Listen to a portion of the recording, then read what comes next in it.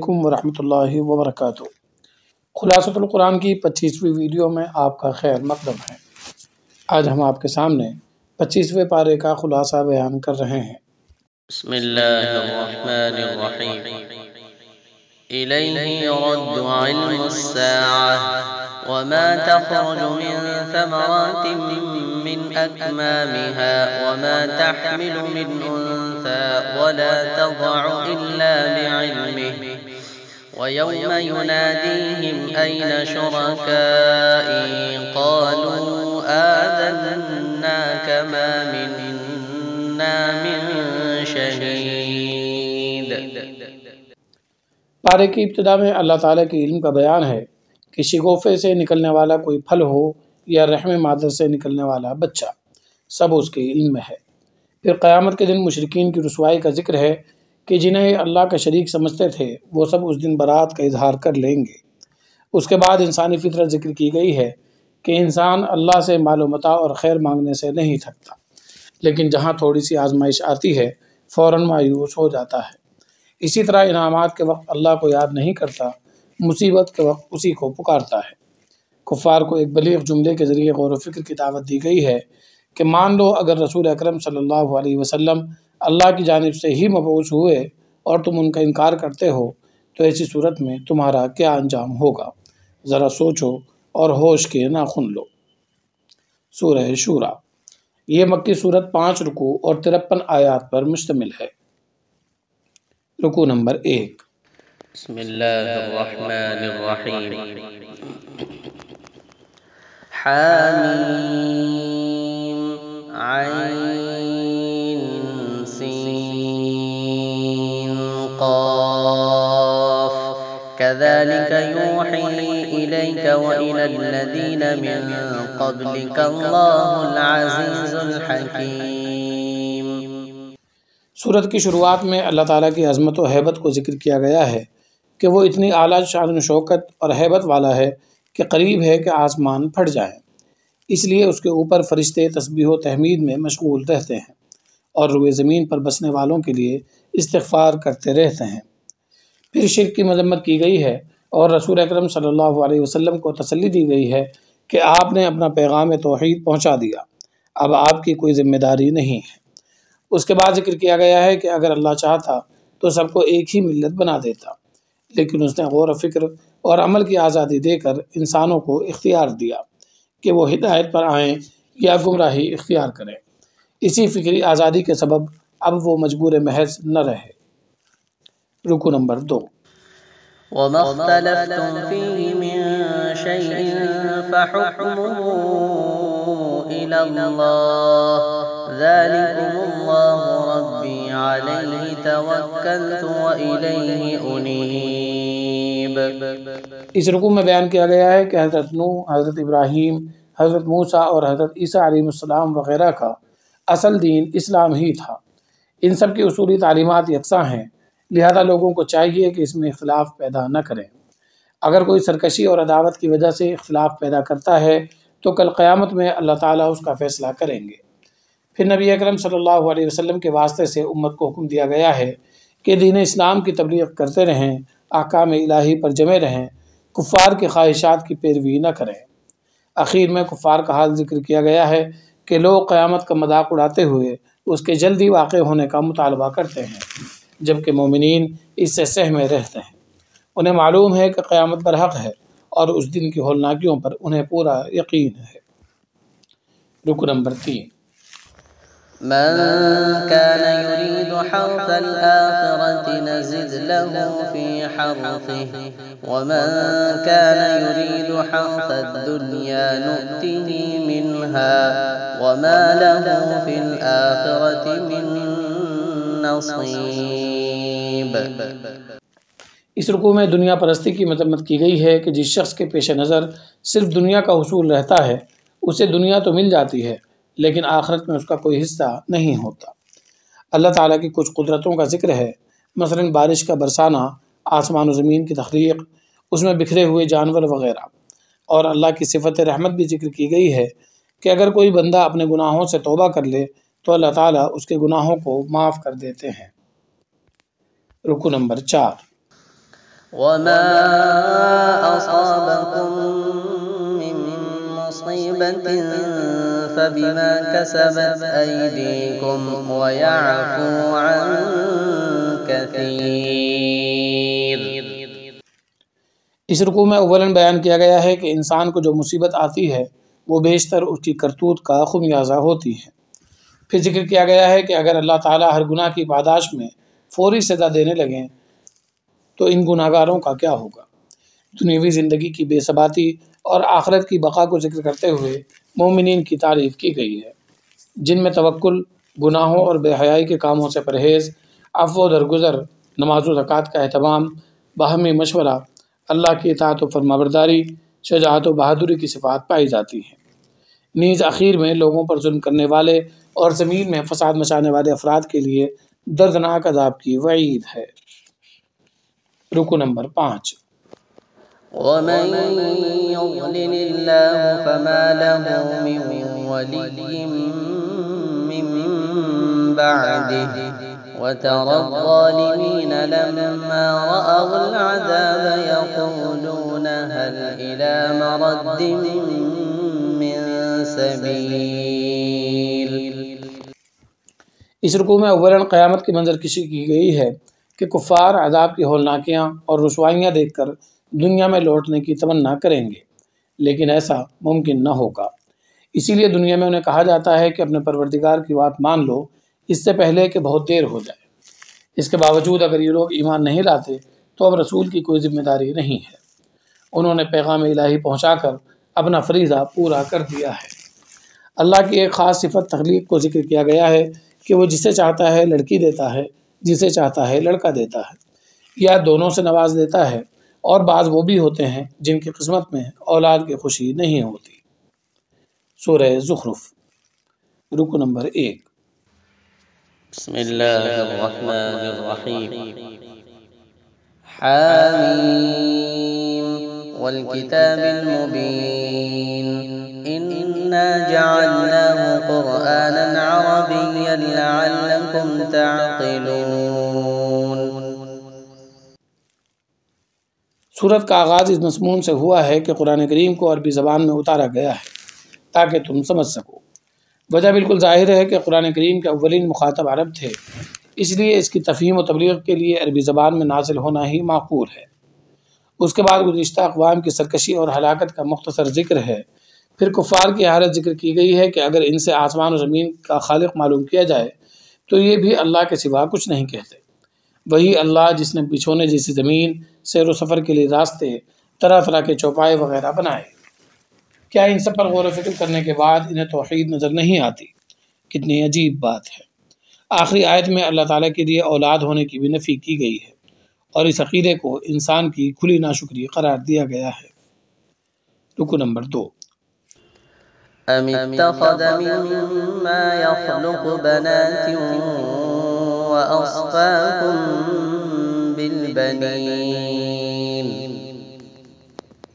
اس رکوع میں کفار کی یہ صفت ذکر کی گئی ہے کہ لڑکی کی پیدائش کو یہ اپنے لیے عار اور شرمندگی کا باعث سمجھتے تھے۔ اس کے بعد ایمان نہ لانے کے نہایت رقیق اور کمزور بہانوں کا تذکرہ ہے۔ مثلاً کہتے کہ ہم اپنے آباء و اجداد کی روش کو نہیں چھوڑیں گے اور ان کا راستہ بالکل درست ہے۔ رسول اکرم صلی اللہ علیہ وسلم کو تسلی دی جا رہی ہے کہ یہ کوئی نیا بہانہ نہیں ہے، گزشتہ اقوام نے بھی اسی طرح کا عذر پیش کیا تھا۔ حالانکہ آباء و اجداد کی کافرانہ روش سے کہیں زیادہ بہتر اور دنیا و آخرت کی فلاح کا باعث وہ دین ہے جو آپ لے کر آئے ہیں، لہذا آپ صبر کریں، ہم ہی ان سے بدلہ لیں گے۔ رکو نمبر 3۔ وَإِذْ قَالَ إِبْرَاهِيمُ لِأَبِيهِ وَقَوْمِهِ إِنَّنِي بَرَاءٌ مِّمَّا تَعْبُدُونَ إِلَّا الَّذِينَ فَتَرَنِي فَإِنَّهُ سَيَهْدِينِ۔ اس رکوع میں پہلے تو حضرت ابراہیم علیہ السلام کا ذکر ہے کہ انہوں نے اپنے والد اور قوم کو بہت سلیقے سے توحید کا پیغام پہنچایا، ان کے سامنے شرک کو ایک غیر معقول اور احمقانہ روش قرار دیا، لیکن وہ ایمان نہ لائے۔ یہی حال کفار مکہ کا ہے کہ وہ مال و دولت کی ہوس اور دنیا پرستی میں اس حد تک پہنچے ہوئے ہیں کہ اسی فانی مال و متاع کو انسانی شرافت کا معیار سمجھتے ہیں۔ چنانچہ کہتے ہیں کہ اگر کوئی نبی آنا ہی تھا تو طائف یا مکہ کے کسی امیر شخص کو آنا چاہیے تھا۔ اللہ تعالیٰ نے ان کے اس نظریے کی تردید کی کہ اس دنیوی مال و متاع کی کوئی حیثیت نہیں ہے۔ یہ تو تقسیم رزق کی مصلحتیں ہیں جن سے پوری دنیا کا نظام چل رہا ہے۔ یہ خزانے بس چند روزہ ہیں، اصل زندگی تو آخرت کی ہے جہاں ان کی کوئی حیثیت نہ ہو۔ رکو نمبر 4۔ ومن يعش عن ذكر الرحمن نقيض له شيطانا فهو له قرين۔ اس رکو میں شیطان اور برے ساتھی کی صحبت کی مذمت کی گئی ہے کہ یہاں شیطانی بہکاوے میں آ کر جو لوگ ہدایت سے رکے ہوئے ہیں کل قیامت میں اس شیطان کو اپنے سے دور بھگائیں گے اور اسے بدترین ساتھی قرار دیں گے، حالانکہ آخرت کے عذاب سے بچنے کے لیے یہ عمل بھی کارگر نہ ہوگا۔ لہذا اللہ کے احکامات پر جمے رہیں، یہی صراط مستقیم ہے اور قرآن کریم اسی کی رہنمائی کرتا ہے۔ رکو نمبر 5۔ وَلَقَدْ أَرْسَلْنَا مُوسَىٰ بِآيَاتِنَا إِلَىٰ فِرْعَوْنَ وَمَلَئِهِ فَقَالَ إِنِّي رَسُولُ رَبِّ الْعَالَمِينَ۔ اس رکوع میں حضرت موسیٰ علیہ السلام اور فرعون کا ذکر ہے کہ جب حضرت موسیٰ نے رسالت کا دعویٰ کیا تو فرعون اور اس کے متبعین نے ان کا مذاق اڑایا، انہیں جادوگر کہا، عذاب آنے پر ایمان کا وعدہ کیا لیکن عذاب دور ہوتے ہی وعدے سے مکر گئے۔ پھر فرعون کے تکبر کا اصل سبب اس کی حکومت و سلطنت اور مال و دولت کو بتایا گیا ہے کہ اس نے اپنی حکومت، اپنے محل، اس میں بہتی نہریں وغیرہ کے سامنے حضرت موسیٰ علیہ السلام کو بے حیثیت سمجھا۔ دنیوی مال و متاع کو معیار فضیلت و برتری سمجھنا ہی فرعون کی سب سے بڑی غلطی ثابت ہوئی جو اسے لے ڈوبی۔ رکو نمبر 6۔ وَلَمَّا ضُرِبَ ابْنُ مَرْيَمَ مَثَلًا إِذَا قَوْمُكَ مِنْهُ يَصِدُّونَ۔ اس رکوع میں حضرت عیسیٰ علیہ السلام کا ذکر ہے کہ جو لوگ حضرت عیسیٰ علیہ السلام کو خدا کا بیٹا قرار دیتے ہیں وہ جھوٹ بولتے ہیں۔ اس عقیدے کی کوئی حیثیت نہیں ہے، وہ تو فقط اللہ کے ایک بندے اور رسول تھے، بشر تھے، قیامت کی ایک نشانی تھے، لہذا ان کو خدا قرار دینا گمراہی کے علاوہ کچھ نہیں۔ حضرت عیسیٰ علیہ السلام نے بھی اپنی قوم کو تقویٰ اور اطاعت کی تعلیم دی تھی، اللہ کی وحدانیت کو سمجھایا تھا، لیکن بعد میں ان کی قوم آپسی اختلافات میں بٹ گئی اور باطل عقیدے گڑھ لیے۔ انہیں قیامت سے ڈرنا چاہیے۔ رکو نمبر 7۔ يا عباد لا خوف عليكم اليوم ولا أنتم تحزنون الذين آمنوا بآياتنا وكانوا مسلمين۔ اس رکوع میں اولاً متقی اہل ایمان کو بشارت ہے کہ انہیں قیامت میں کسی قسم کا خوف نہ ہوگا، وہ جنت میں داخل ہو کر اس کی بے مثال اور بے نظیر نعمتوں سے مستفید ہوں گے، جبکہ کفار جہنم میں سخت عذاب سے دوچار ہوں گے۔ وہ موت کی تمنا کریں گے لیکن انہیں موت نہ آئے گی۔ اس کے بعد اللہ تعالیٰ کے اولاد ہونے کی تردید کی گئی ہے۔ کفار کی سرکشی اور نافرمانی کو دیکھتے ہوئے رسول اکرم صلی اللہ علیہ وسلم کو ہدایت ہے کہ اگر ان کا یہی رویہ ہے تو انہیں ان کے حالت پر چھوڑ دیں، کل قیامت میں یہ اپنا انجام دیکھ لیں گے جس دن ان کا کوئی سفارشی بھی نہ ہوگا۔ سورہ دخان۔ اس مکی صورت میں 3 رکوع اور 59 آیات ہیں۔ رکوع نمبر 1۔ بسم اللہ الرحمن الرحیم۔ حامیم والکتاب المبین انا انزلناه فی لیلۃ مبارکۃ انا كنا منذرین فیہا یفرق کل امر حکیم۔ اس رکوع میں اولاً قرآن کریم کے ایک مبارک رات میں نازل ہونے کا ذکر ہے، اس کے بعد اللہ تعالیٰ کی قدرت کا تذکرہ کرتے ہوئے توحید کا سبق دیا گیا ہے۔ کفار کو قیامت کی ہولناکی، عذاب اور اللہ تعالیٰ کی بڑی پکڑ سے ڈرایا گیا ہے۔ انہیں سمجھانے کے لیے فرعون کے تکبر، اس کی سرکشی، ہلاکت اور دنیاوی ساز و سامان کی بے ثباتی کو ذکر کیا گیا ہے۔ رکوع نمبر 2۔ وَلَقَدْ نَجَّيْنَا بَنِي إِسْرَائِيلَ مِنَ الْعَذَابِ الْمُهِينِ مِنْ فِرْعَوْنَ إِنَّهُ كَانَ عَالِيًا مِنَ الْمُسْرِفِينَ۔ فرعون اور بنی اسرائیل کا ذکر جاری ہے کہ اللہ تعالیٰ نے بنی اسرائیل کو اس آزمائش سے بچایا اور ان کو اس وقت کی تمام اقوام پر فضیلت عطا فرمائی۔ اس کے بعد کفار مکہ کا ذکر ہے کہ یہ لوگ مرنے کے بعد والی زندگی کا انکار کرتے ہیں، حالانکہ قیامت کے دن جب حق اور باطل کا فیصلہ ہوگا تو یہ جھوٹے خدا ان کے ہرگز کام نہ آئیں گے۔ رکو نمبر 3۔ إن شجرة الزقوم طعام الأثيم كالمهل يغلي في البطون كغلء الحميم۔ اس رکوع میں جہنم کے سخت عذاب کا ذکر ہے کہ وہاں کانٹے دار پھل کھانے کے لیے دیے جائیں گے، کھولتے ہوئے پانی کی طرح تیل کا تل چھٹ پینے کے لیے دیا جائے گا، پھر ان کے سروں پر کھولتا ہوا پانی ڈال دیا جائے گا۔ اس کے بالمقابل مومنین جنت کی نعمتوں سے لطف اندوز ہوں گے، انہیں عمدہ قسم کا لباس پہنایا جائے گا، حور عین سے ان کا نکاح ہوگا، ہر طرح کے میوے اور پھل انہیں میسر ہوں گے۔ جہنم کا وہ عذاب اور جنت کی نعمتیں ہمیشہ ہمیشہ باقی رہیں گی۔ سورہ جاثیہ۔ اس مکی صورت میں 4 رکوع اور 37 آیات ہیں۔ رکوع نمبر 1۔ بسم اللہ الرحمن الرحیم۔ حامیم تنزیل الکتاب من اللہ العزیز الحکیم۔ ان فی السماوات والارض لآیات للمؤمنین۔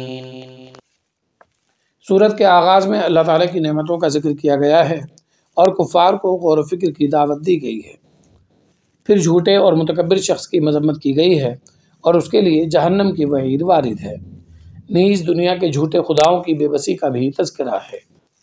رکوع نمبر 2۔ اللہ الذی سخر لکم البحر لتجری الفلک فیہ بأمرہ ولتبتغوا من فضلہ ولعلکم تشکرون۔ اس رکوع میں پہلے تو کائنات میں پھیلی اللہ تعالیٰ کی قدرت کی نشانیوں کا ذکر ہے، پھر بنی اسرائیل کا تذکرہ ہے کہ اللہ تعالیٰ نے انہیں بہت سی نعمتوں سے نوازا تھا، مثلاً کتاب الہی، حکمت، نبوت، عمدہ رزق اور اس وقت کی اقوام پر فضیلت وغیرہ، لیکن انہوں نے ان نعمتوں کی قدر نہ کی اور دین میں اختلاف پیدا کر بیٹھے۔ ان کا فیصلہ تو قیامت میں اللہ تعالیٰ ہی فرمائیں گے۔ پھر رسول اکرم صلی اللہ علیہ وسلم کے واسطے سے امت کو شریعت اسلام پر عمل پیرا ہونے کی تاکید ہے۔ آخری آیت میں بتایا گیا ہے کہ بدعمل اور باعمل برابر نہیں ہو سکتے، بدعمل تو مردے کی مانند ہیں اور باعمل کی مثال زندوں کی سی ہے۔ رکوع نمبر 3۔ وخلق اللہ السماوات والارض بالحق ولتجزى كل نفس بما كسبت وهم لا يظلمون۔ اس رکوع میں ان لوگوں کی مذمت کی گئی ہے جنہوں نے اپنا خدا اپنی خواہشات کو بنا رکھا ہے، یعنی جیسا ان کا نفس انہیں کہتا ہے وہ اسی راہ پر چلتے ہیں، اسی کو حق سمجھتے ہیں۔ اس کے بالمقابل ان کے نزدیک دین، شریعت اور حق و باطل وغیرہ کی کوئی حیثیت نہیں۔ اللہ تعالیٰ نے ایسے لوگوں کے اعضائے رئیسہ یعنی آنکھ، کان اور دل کو بے فائدہ قرار دیا ہے کہ وہ آنکھ کس کام کی جس سے حق دکھائی نہ دے، وہ کان کس کام کے جس سے اللہ کی ہدایات نہ سنی جائیں، اور وہ دل کس مصرف کا جس میں ہدایت الہی موجود نہ ہو۔ ان لوگوں کا نظریہ بیان کیا ہے کہ یہ اپنی موت و حیات کا مالک زمانے کی گردش کو قرار دیتے ہیں، بالکل اسی طرح جیسے آج کل کے ملحدین، نام نہاد سائنٹسٹ اور مرتدین کا نظریہ ہے۔ ان کے نظریے کو رد کیا گیا ہے کہ موت و حیات اللہ ہی کے قبضے میں ہیں اور وہی کل قیامت میں سب کو جمع کرے گا۔ رکوع نمبر 4۔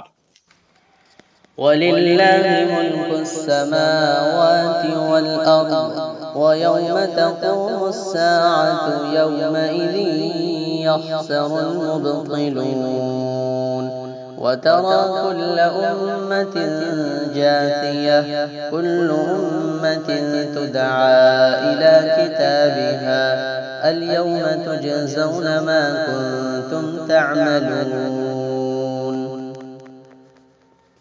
قیامت کا ذکر جاری ہے کہ اس دن باطل پرست نقصان اٹھائیں گے جب ان کا نام اعمال ان کے ہاتھوں میں دیا جائے گا، جس میں ان کے ہر عمل کا ذکر ہوگا۔ یہی وہ لوگ تھے جن کے سامنے جب قیامت کا ذکر ہوتا تو اس کا مذاق اڑاتے، مرنے کے بعد والی زندگی کو عقل سے بعید سمجھتے۔ اب ان کا ٹھکانہ ہمیشہ ہمیش کے لیے جہنم مقرر ہو چکا ہوگا۔ ان کے بالمقابل مومنین جنت میں اپنی واضح کامیابی کا لطف لے رہے ہوں گے۔ والسلام علیکم ورحمۃ اللہ وبرکاتہ۔